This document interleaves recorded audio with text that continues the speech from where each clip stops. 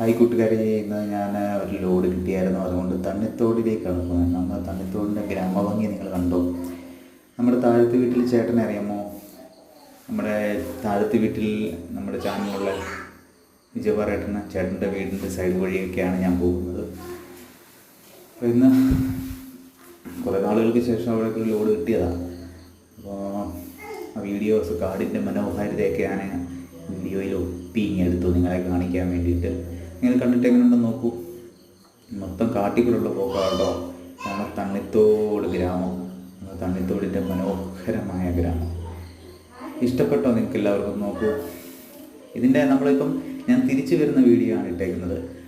തിരിച്ച് നമ്മളങ്ങോട്ട് പോവുകയാണെങ്കിൽ ഇതങ്ങോട്ട് പോവുകയാണെങ്കിൽ അവിടെ ഒരു പാലമുണ്ട്. ആ പാലം കഴിഞ്ഞ് കുറച്ച് പാലത്തിനോട് നേരെ മുമ്പോട്ട് പോവുകയാണെങ്കിലാണ് കൊട്ടവഞ്ചി സവാരി.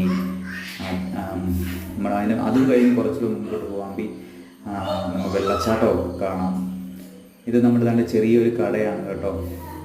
കാട്ടിൻ്റെ നടുക്കുള്ള ചെറിയൊരു കടയാണ്. ഇഷ്ടപ്പെട്ട എല്ലാവർക്കും ഇവിടെ ഫുഡൊക്കെ കിട്ടും.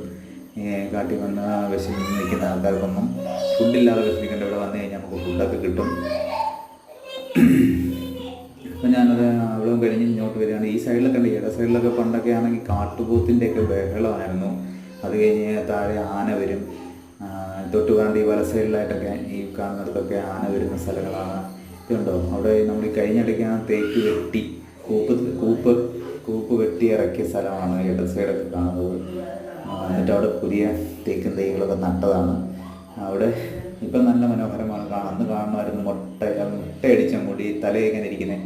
അതേപോലെ തന്നെ വെട്ടി എല്ലാം ചായച്ച് വെച്ചിട്ടായിരുന്നു. അപ്പോൾ എൻ്റെ വീട് തീരാറായിട്ടുണ്ട്. നമ്മുടെ താഴത്തെ വീട്ടിലെ ആ ചേട്ടൻ്റെ ആ വീട് കണ്ട് ഇവിടുന്ന് അങ്ങോട്ട് ഇടസോട്ട് ഇറങ്ങുന്നിടത്താണ് കേട്ടോ.